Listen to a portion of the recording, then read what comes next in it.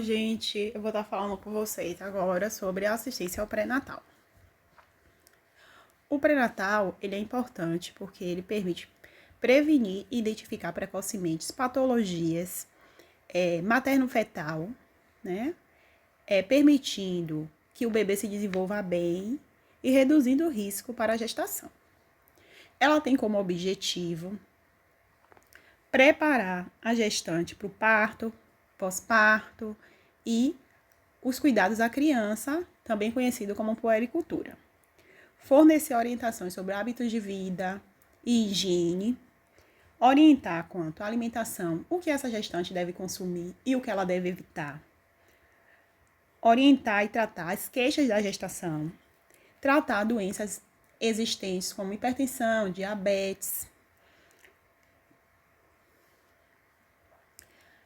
Com relação às consultas, né? As consultas, o Ministério da Saúde preconiza que sejam feitas no mínimo 6 consultas durante o pré-natal, para que ele seja considerado efetivo. Essas consultas têm que ser de qualidade, tem que ter uma atenção integral a essa gestante, tá atento às questões familiares, financeiras, psicológicas, uma questão biopsicossocial, né? O profissional tem que ser um profissional preparado, que seja humano e que crie um vínculo com essa gestante a fim de favorecer o processo de continuidade do pré-natal. As 6 consultas orientadas pelo Ministério da Saúde devem ser distribuídas das seguintes formas. Até 28 semanas, né? Deve ser feita, no mínimo, as consultas devem ser mensal, né? Caso essa gestante seja rígida, não tenha nenhuma patologia, essas consultas vão ser mensal. Entre 28 e 36 semanas, as consultas têm que ser quinzenal. E de 36 a 41 semanas, tem que ser semanal, intercalada entre o médico e o enfermeiro. Lembrando que é no mínimo 6 consultas, podendo e devendo ser mais. A rotina das consultas. O médico vai ter que se atentar a colher as queixas dessa paciente, fazer um exame físico e obstétrico, solicitar e avaliar exames, fornecer orientações a essa gestante com relação à gestação, ao parto, pós-parto, fornecer um plano de parto para essa gestante, está orientando ela quais são os tipos de parto e qual é o mais adequado para ela, orientar ela quanto à maternidade de referência, orientar quanto à amamentação, fazer prescrição de medicamento como ácido fólico, sulfato ferroso, evoluir e anotar. O cálculo da idade gestacional. O cálculo da idade gestacional depende do DUM, que é a última menstruação, né? A data da última menstruação. Lembrando que para isso vamos usar o primeiro dia da última menstruação da mulher. Se ela souber conhecer, né, essa data, a gente vai, a partir daí, mensurar, né, com quantas semanas ela tá. Para isso, você pode calcular da data da última menstruação até o dia da consulta e dividir por 7, que vai chegar ao número de semanas. Lembrando que o total da gestação é de 40 semanas, a 40 semanas corresponde à data do parto. Quando essa mulher desconhece a data da última menstruação, mas conhece o período, você deve questionar ela se foi no início, meio ou final do mês. E para isso você pode usar como início data 5, meio do mês 15 e final do mês 25. Outra forma também que você pode fazer é através do valor da medida uterina. Você deve, durante o exame obstétrico, fazer a medida da altura uterina e de porte da caderneta da gestante, olhar no gráfico de curva uterina, A que idade gestacional corresponde os centímetros encontrados durante a aferição? Lembrando que essa medida uterina não é muito confiável e só deve ser usado se a mulher não souber o período e a data que menstruou. O cálculo da idade gestacional, ele pode ser feito, da data do parto, pode ser feito de duas formas, né? Tem uma que é feita pelo obstetra alemão. Ele fez uma fórmula que deve acrescentar o primeiro dia da última menstruação, o número 7. Essa variante aí é fixa. Já ao mês, se for até março, a gente acrescenta mais 9. E se for a partir de abril, subtrai 4. E aí é possível encontrar a data provável do parto, que corresponde a 40 semanas. Trouxemos como exemplo aqui uma gestante que menstruou a última vez, dia 13/8. Aí, ele acrescenta 7 na data, que vai dar 20, e subtrai 3 do mês, que vai dar 5, 20 de maio. Outra forma de calcular a idade gestacional é através da ultrassom, né? Que é um método bastante confiável, onde vai estar sendo medida o crânio, abdômen e o fêmur para estimar a idade gestacional e a data do parto.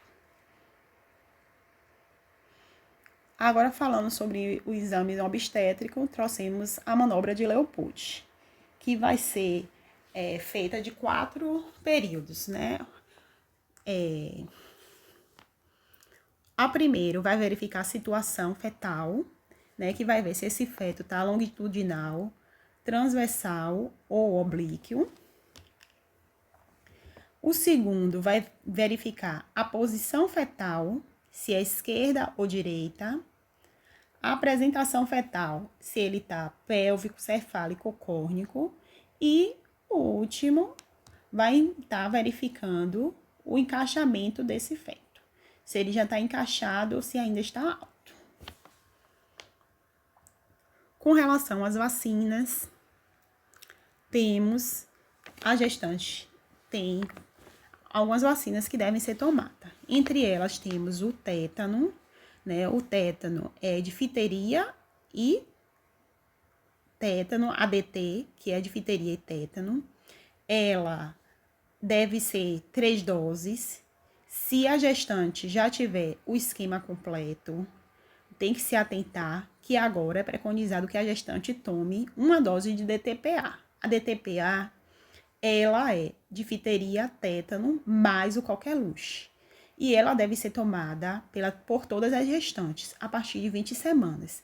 Pode ser usada como complemento das doses de DT, caso essa gestante não tenha um cartão completo. Ela vai completar com uma dose de DTPA após 20 semanas. Caso ela já tenha um cartão completo com mais de 5 anos, ela vai tomar um reforço de DTPA com 20 semanas e menos de 20 ou menos de 5 anos, ela vai tomar também um reforço de DTPA. Ou seja, a DTPA pode ser usada como reforço ou como para completar o esquema de DT. A hepatite, também 3 doses. Se essa gestante já tiver as 3 doses, não é necessário reforço, não tem reforço. Caso o cartão dela seja incompleto, completar. Também temos a vacina da gripe, que deve ser administrada no período de campanha, e o Covid, que também foi introduzido pelo Ministério da Saúde, e essa gestante também deve estar sendo vacinada contra o Covid em qualquer período da gestação. Trouxemos também as vacinas que são contraindicadas para essas gestantes. Ela é proibida porque tem composto, né, de micro-organismo, eles são enfraquecidos, mas ainda estão ativos. E aí, isso aí pode causar uma resposta imunológica que vai produzir anticorpos e que pode aí colocar em risco a gestante ou o feto. Então, elas são contraindicadas, que são a tríplice viral, catapora, varicela, né? HPV, dengue e BCG. Essas vacinas são contraindicadas para gestante. Com relação à suplementação, temos o ácido fólico e o sulfato ferroso, que ele atua, né, na prevenção de defeitos no tubo neural, que vai dar origem aí ao cérebro e à medula espinhal. Como, por exemplo, prevenindo o aparecimento de anencefalia. Então, o ácido fólico geralmente é prescrito até o 3º mês de gestação. E no 4º mês a gente faz a substituição por sulfato ferroso, que essa gestante deve tomar até o período de pós-parto, 3 meses. 3 meses após o parto. Com relação à classificação de risco, trouxemos algumas coisas que essa gestante é considerada uma gestante de risco e deve estar sendo encaminhada para o acompanhamento num pré-natal de alto risco. Se essa gestante ela tem a idade entre 15 e 35 anos, se ela tem uma ocupação com esforço físico excessivo, situação familiar insegura, situação conjugal insegura, baixa escolaridade, condição ambiental desfavorável, altura menor que 1,45, IMC, que evidencia baixo peso ou sobrepeso,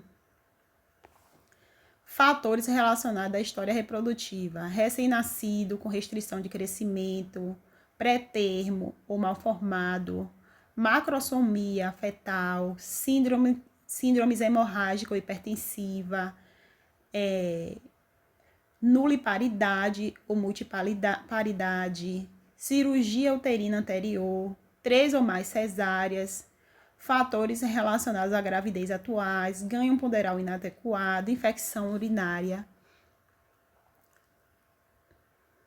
fatores relacionados às condições prévias. Se essa paciente é cardiopata, tem pneumonia grave, nefropatias, endocrinopatias, doenças hematológicas, doenças neurológicas, doenças psiquiátricas. E aí, o que é que acontece?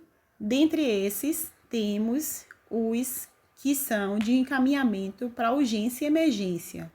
Hemorragias, suspeita de eclâmpsia, crise hipertensiva, amiorexia prematura, anemia grave, trabalho de parto, idade gestacional a partir de 41 semanas, confirmada, hipertermia maior que 37,8.